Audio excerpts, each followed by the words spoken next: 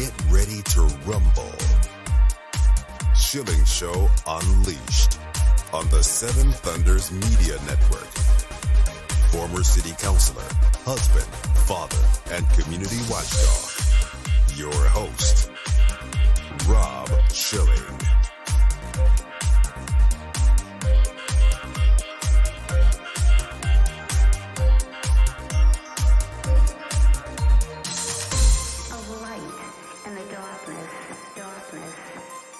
Welcome to the Schilling Show Unleashed Podcast. Remember, your direct support makes our show possible, and you can directly support this podcast by visiting shillingshow.com and then clicking on the Patreon banner at the top of the page to make a monthly contribution. Vince Everett Ellison, a member of Project 21, author of terrific books like The Iron Triangle, a well-sought-after public speaker and producer of the new film, Will You Go to Hell for Me? And my goodness, we have so much to talk about. Vince Everett Ellison, welcome to the Schilling Show Unleashed podcast. Let's talk about the title of the film. It's very provocative, and people should really understand where we're going with this. So let's start there, Vince.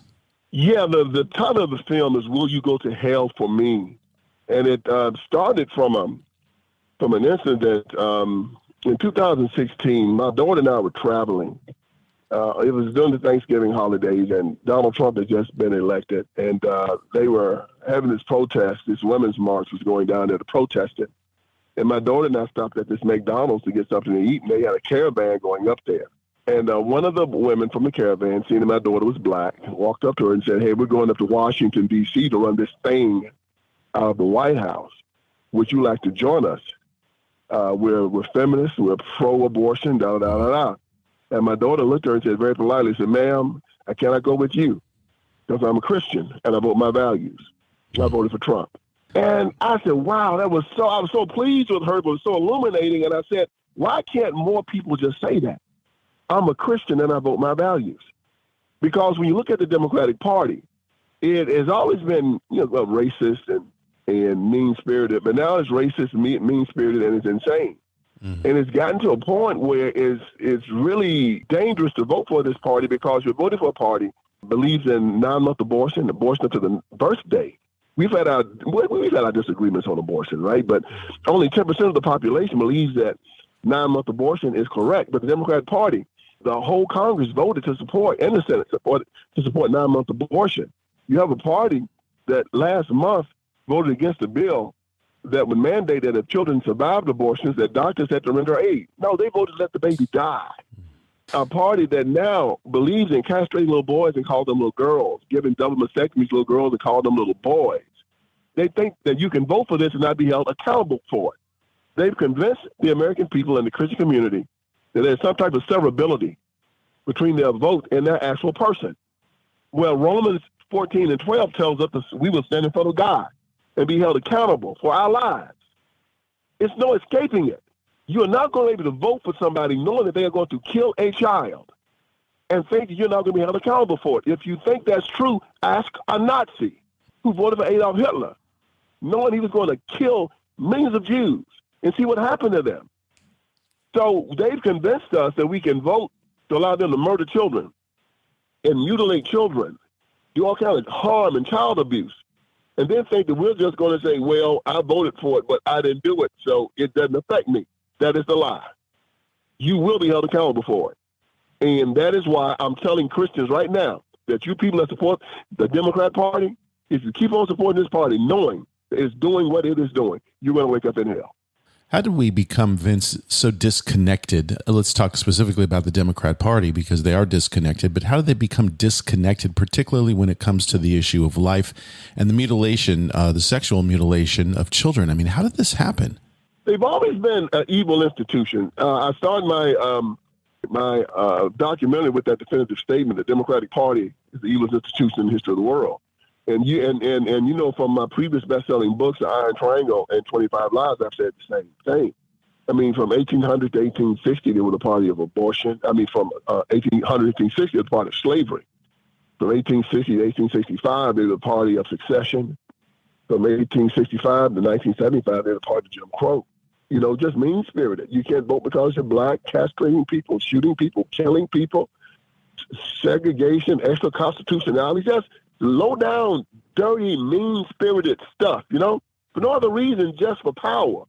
And now they have graduated into abortion, transgenderism. Why? Because whoever had the money, whether it was the plantation owners, whether it was the people in succession, whether it was the people that were running the South when it came to Jim Crow, whoever had money and wanted power, they could go to the Democratic Party, and the Democratic Party says, if you got the money, we got the time. And they could buy the Democratic Party anytime, any place, anywhere. So if a group of evil people want power, they go to the Democratic Party.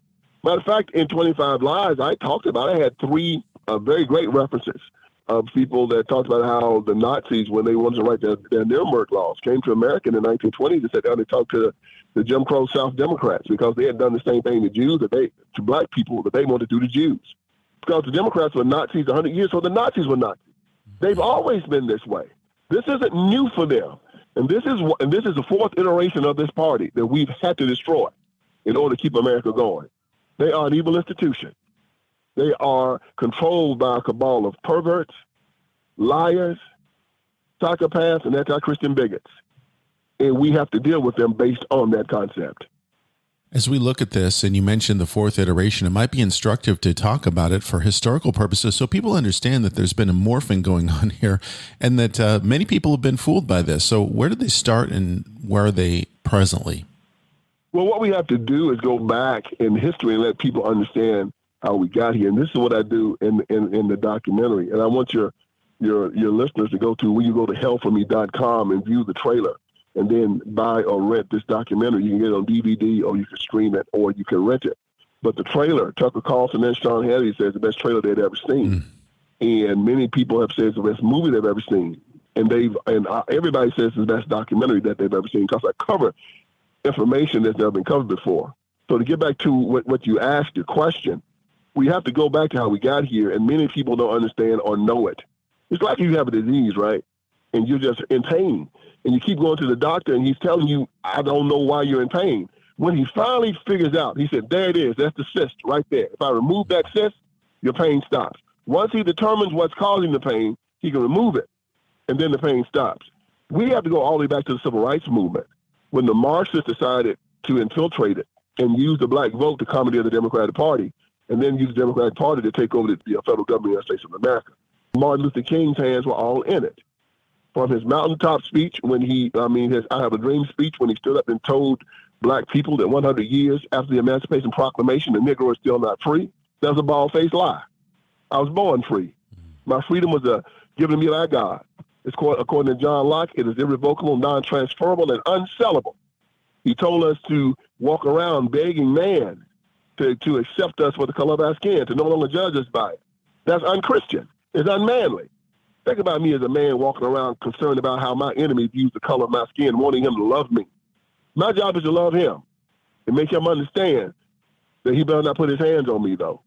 Again, and King told us about that this Christianity was a nonviolent religion. That's a lie. Christianity was a religion of non-aggression.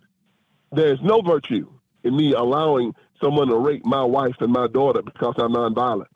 Or for me to walk down the street and look at a man that's raping a 3-year-old child and me stand there and say, well, I can't do nothing because I'm Christian. No, my job is to grab him, whoop him till he stops fighting, hold him for the police, and turn him in and testify against him and have him put in jail. So he had us give up our manhood to our enemy, and now we are not respected. So we have this Marxist concept now that government is our God. He didn't tell us to depend on Jesus. Go to his monument and see his God anywhere on it. No, he's nowhere on it. So the reason why there's vitriol in America toward black Americans is that when you look at a black person, 9 times out of 10, they have a Marxist concept when it comes down to government, that they want to give their freedom away, and they want you to give your freedom away to government also.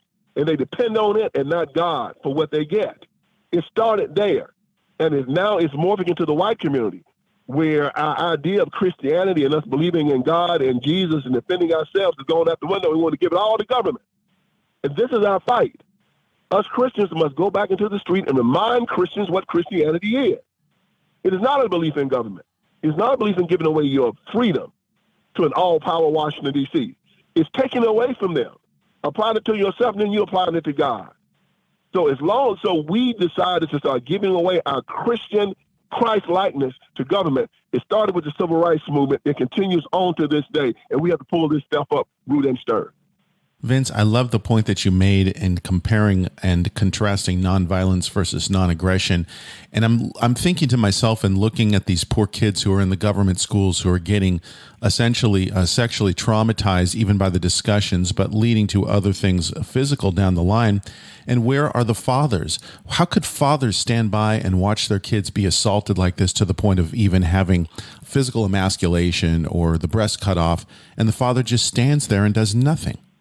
The physical and mental castration of the father started with slavery. It became accelerated during the civil rights movement. I cover this in my movie. Martin Luther King Jr. was responsible for the man out clause or the man in house clause in welfare. Before the civil rights movement, almost 80% of black children were born into two-parent families. I was born into a two-parent family. We may have been poor, but we weren't lazy. And we were honest, and we worked. When AFDC came after World War II, Aid families with dependent children, because you had widows. After about 20 years, the children had grown up, but we still had the money. And the money started going to women who were not widows, who only had children but were not married. And Patrick Moynihan saw a trend. He saw that black mothers were no longer getting married, and that they were using AFDC to not get married. He told Lyndon Johnson, we need to put the black man back at the head of his family. If we do that, he did this in the Moynihan Report in 1965. If we do this, we'll save the black family. Moynihan said, take it to the civil rights community. And Martin Luther King Jr. and the civil rights community turned it down. Matter of fact, in his book, Bearing the Cross, David Garrow talks about this incident where he said George Bundy told Johnson, it's a wonder that Moynihan got out of that room alive. They almost killed him.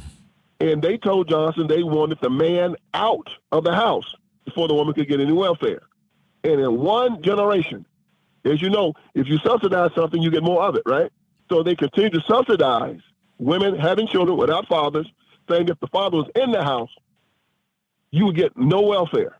And in one generation, we went from having 80% of our children born in wedlock to almost 80% being born out of wedlock. And they've completely castrated the man. The government became the daddy. And now these children are not around their fathers is out of sight, out of mind. And now the government has them. And it's a shame what they're doing to them. We should talk further about what it's like to be in a fatherless home and what are the societal ramifications. So there's personal and societal ramifications. What have you witnessed over the years? They're getting what they want. See, I have witnessed a complete, utter dystopia. But this is what the Democrat Party wants. We have evidence. We have studies. We have tremendous amount of data that shows what a fatherless home does to a child. And to you and I, it is completely and utter destruction. But to the Democratic Party, it's exactly what they want. They want an ill-educated, demoralized, defeated population that they can control. They know what they're doing.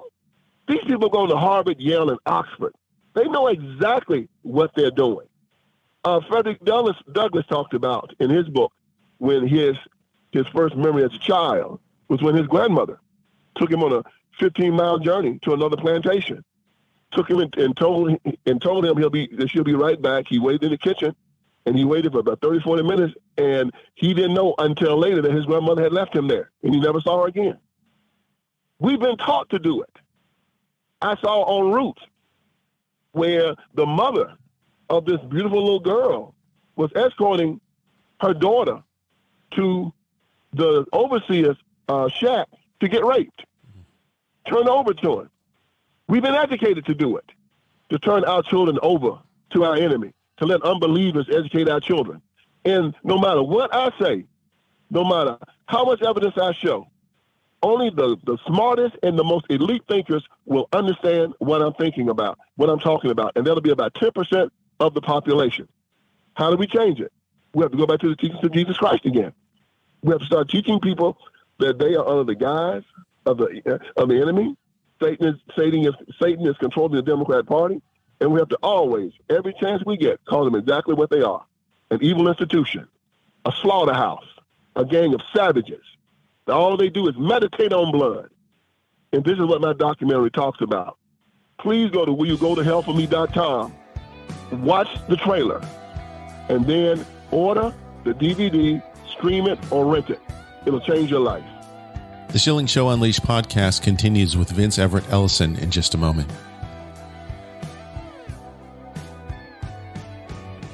Online at schillingshow.com.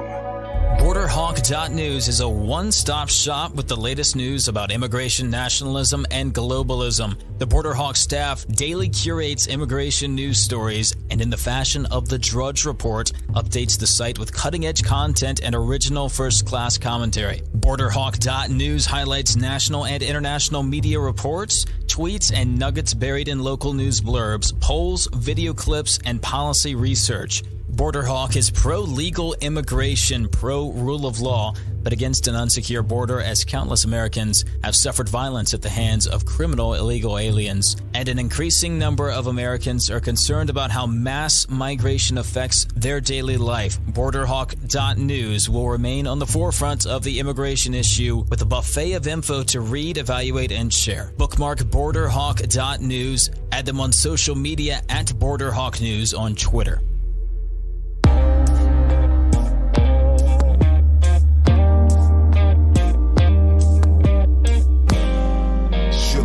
Schilling Show Unleashed.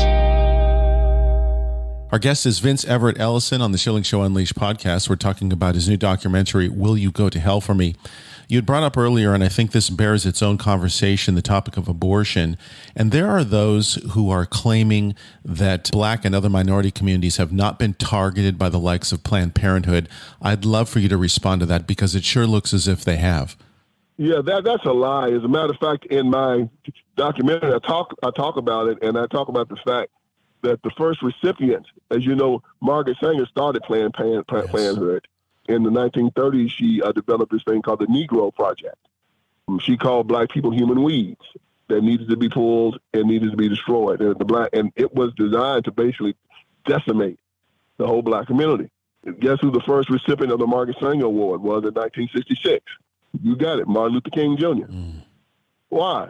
Because he used the civil rights movement to help set up abortion clinics in the Black community, helped Planned Parenthood get a foothold in the Black community. And this is why the whole legacy of Martin Luther King Jr. is so damaging. And this is why we have to deal with it. Our Bible, the disciples asked Jesus Christ, how do you know false prophets? He said, you'll know them by the fruit they bear. You will not get good fruit from a bad tree or bad fruit from a rotten tree. Each fruit and tree will be after its own. When you look at the Black community and you see that the Black church has been destroyed, it's an apostate church now. Martin Luther King Jr. had a lot to do with this when he brought the leftists and the Marxists and the atheists to the Black church. The Black family's been destroyed. The Black economy has been destroyed. The Black educational system has been destroyed. And we have 5 times more Black men in prison. We have AIDS. We have drug abuse. We have murder. If you look at the Black community and you say that the tree is rotten, where the fruit is rotten, then the tree that it came from had to be rotten. And I always ask the question that Martin Luther King Jr. has this monument. He doesn't have it for what he's done for Black people. He did what he did for liberals and for these Marxists here in America. He got the monument for destroying the Black family, for destroying the Black church, for putting us in a position where we had to depend on these Marxists and these communists for our very existence. Because if you look at it otherwise, and you ask one of these liberals a specific question, tell me something on the aggregate, the Martin Luther King Jr. that helped the Black community, and you get a blank stare. They can't give it to you. They say, well, he gave you the right to vote. No, we had the right to vote in 1870 through the 15th Amendment. He didn't give us the right to vote. Black men were just too cowardly to exercise the right to vote. They allowed other white men to make them fearful. They wouldn't pick up their guns and say, I'm a free man. You're not going to keep me from my constitutional right. Instead, they laid down, allowed their rights to be trampled, and wouldn't stand as free men. And he never taught us to stand as free men. He taught us, even to this day, to beg government. Unlike the Asian community, unlike the Indian community, unlike the Jewish community, the Black community is still taught to act as slaves. There's only 2 things that will allow you to disarm: a pet and a slave. And I'm neither. These Black preachers, like these 2 young Black men that got kicked out of the General Assembly in the state of Tennessee, what were they screaming and yelling about? They want the Black community to disarm itself. Think about that now. In a war zone where people are getting shot and killed and murdered every day, the police cannot help. These guys are telling black people to disarm themselves. And these young men are under the age of 30 years old. So the left and the Democratic Party are making another generation of suicide bombers for them, just like the PLO and Hamas, to go out there and do their dirty work. And this is how they use the black community, as a bunch of suicide bombers for their cause. A demoralized, beaten, broken population, just like they had on the plantations 150 years ago. And they are trying to turn America, the whole nation, into that. This is what they want. They want to finish what the Confederacy started, and they are full speed ahead. And if we don't wake up, they're going to accomplish it. The corruption of the church, as you reference, is widespread and very serious and very damaging. If we look to present state of the black church, do we see any sort of revival coming? I know personally there are some black pastors in my listening area that are right-minded and love God and tell the truth, but they seem to be rare. Is that turning around? I hope so. It's very rare. The tree where the larger denominations are coming from, they're rotten. If you look into the past to kind of see what happened, before the civil rights movement, the black church was about doing what it was supposed to do, and that was preparing us to live forever in the presence of Jesus Christ. Black preachers are not politicians. They're theologians. And then they try to get involved in politics, and they get controlled. They get railed. That's not their game. And they're arrogant and prideful enough to think that they can get up there with people like Chuck Schumer and Mitch McConnell and look through a 50,000-page bill and know what the heck's going on. They don't know what they're doing. So they're used most of the time. And Martin Luther King Jr., he was used. Stanley Levinson, Bayard Rustin, Jack O'Dell, all of them. They bankrolled the civil rights movement out of Moscow. My documentary talks about this. It's proven. They gave Martin Luther King Jr. in 2024 money, about $650,000 in a 5-year period of time. It's proven. So he wasn't this poor, desperate preacher. He was getting paid very, very well out of Moscow for doing what he was doing. And in 1961, he was given instructions to go take over the National Baptist Convention for the civil rights community and basically for the civil rights movement and basically for the Marxists. Well, Bishop Jackson, who was over the National Baptist Convention, was one of those old school guys, and he ran for re-election. Kingdom wanted this thing so bad that they started to fight on the floor, had to bring the police officers in. They killed a minister on the floor during this melee.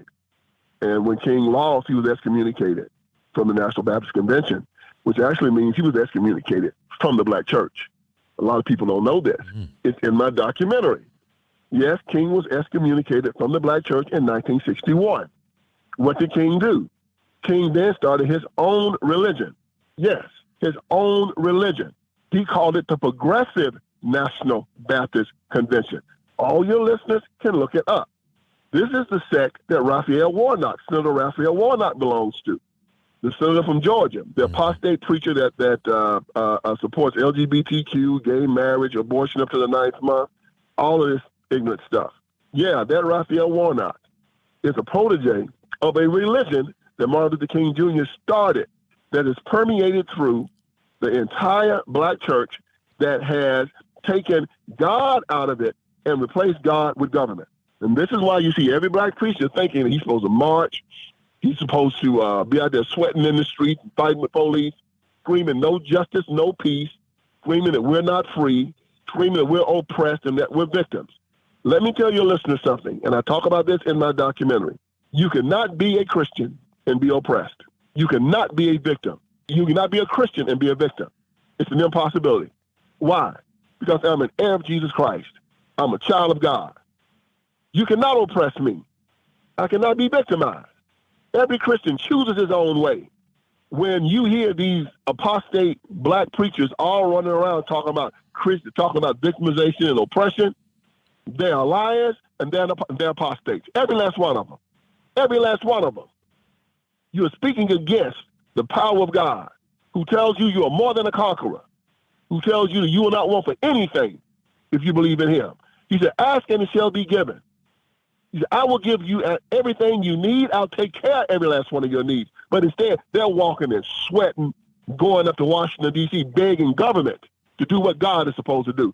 This is why the black community is at the bottom, a very socioeconomic statistic in America, because we have turned away from God. We've been led by a bunch of liars, apostates, and hypocrites.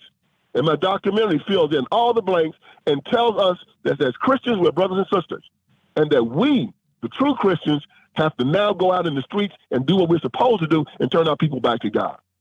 That's the solution to every problem.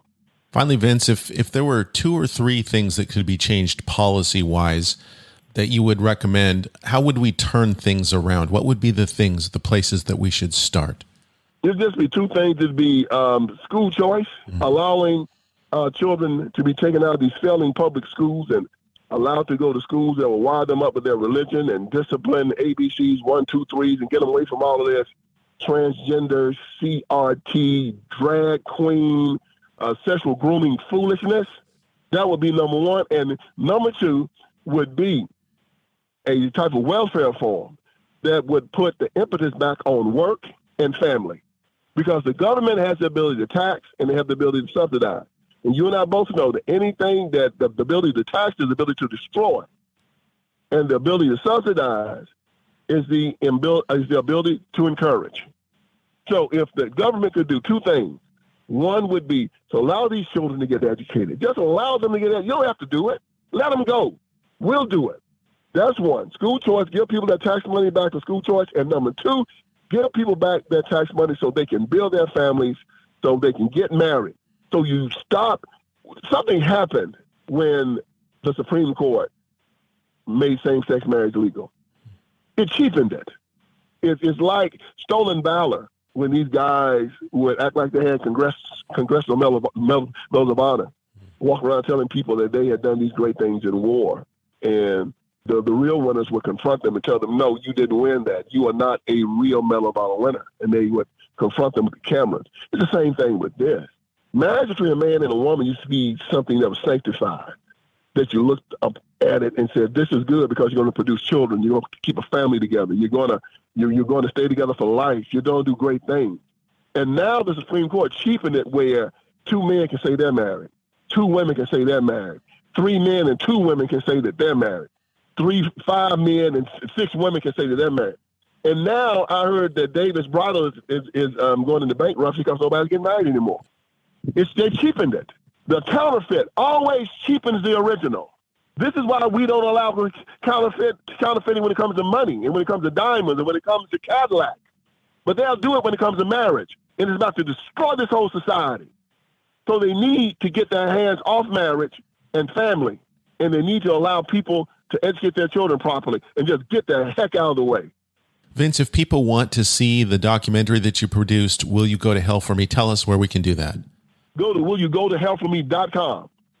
willyougotohellforme.com. You will see the trailer. You can watch the trailer, and then you can rent or buy the video. You can stream it, or you can rent it, or you can buy the DVD. YouTube just took it off YouTube. It had over 100,000 views. They took it off saying something about, took the trailer off saying something about the trailer was violent. They allowed Snoop Dogg to go in and say the N-word. They allowed Cardi B to go in half naked, cussing, fighting, shooting. But they won't allow this because this is the truth. There is a conspiracy, y'all. And to every Christian out there, please hear me. I'm an African-American. I'm a black Christian conservative in America. I say, when they talk about white supremacy and systemic racism and white privilege, I say it's a privilege to be white, but it's also a privilege to be black. It's a privilege to be a Christian in America. And I'm not giving up any of my privileges. Every day I stand up for us. And people ask me, Vince, what can I do? This is what you can do. You can go and buy this DVD. Every dime I get, I reinvest it back into this project. If we don't stand together like they stand together, we are done. I come out here, they ask me, why are you so brave? I say, I'm brave because I don't believe that my people will let me suffer and let these devils destroy me. I need you to buy this DVD. I need you to support this work. I need you to take it to all your friends and show it to them. It is fire. And everybody that watches it is changed. You can also go on the website and read the reviews. You see the reviews from people that have actually bought it and watched it. There's not a single bad review. Everybody that's seen this DVD has said it's the best documentary they've ever seen, and some have said it's the best movie. So support this effort, support this work, and you'll see more people like me coming out and speaking the truth. But it's hard to come out and speak the truth when the people that you defend leave you to be destroyed. So back me up, because I'm backing you up every day. It's critically important for people to do that, and you've never been afraid to tell the truth, and I appreciate it so much. Vince Everett Ellison, thank you for joining us today on the Schilling Show Unleashed podcast. It was my pleasure. Thank you for having me. That concludes another edition of the Schilling Show Unleashed podcast. Visit us online at schillingshow.com, where you can directly support this podcast by clicking on the Patreon banner at the top of the page and making a monthly donation. Your support is essential for the continuation of the Schilling Show Unleashed podcast. Until next time.